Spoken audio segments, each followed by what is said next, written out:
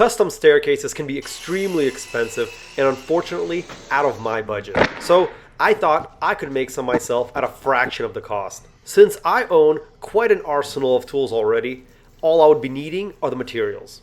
In this case, that consists of a lot of lumber and glue.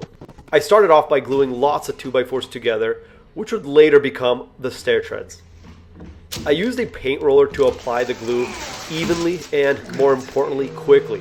There were lots of boards that needed glue, and I didn't want any sections not adhering properly. I glued the 2x4s no wider than 13 inches. That way, I could use my DeWalt planer to smooth the surface quickly. Some of the stair treads will be much wider, and I'll be gluing two sections together later on after all the planing is finished, making it much easier to sand later on. Now, when gluing the 2x4s together, I used parchment paper below to prevent the glue from getting on my clamps. I learned this lesson the hard way, of course. After cutting all the stair treads to final dimensions, I moved on to making the single beam that would carry the weight of all the treads.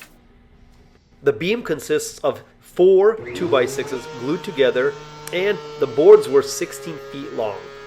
This weight and size made it very interesting when it came to planing the sides flat. I used my circular saw to cut through the beam partially and finished it off with my Sawzall, which is compatible with longer blades.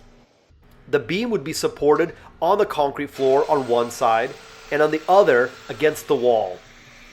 I joined sections of the beam together using Festool dominoes and glue alone. The end of the beam, which would be down against the concrete, I used a pressure-treated 2x10, which was attached to the beam using 9 dominoes and anchored to the concrete using concrete bolts.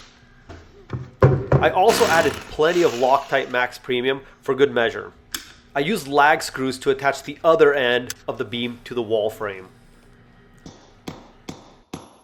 Gluing the dominoes into the beam prior to setting it made it much easier to install. As you might have noticed here, I required the help of my better half when it came to getting the beam set into place.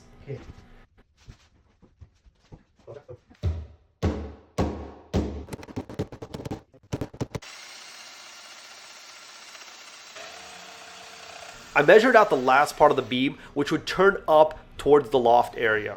This section would rest on the beam and against the loft floor joists, which aren't currently finished. Thanks for watching and subscribe to my channel, and hope to see you guys back here for part 2 of this build.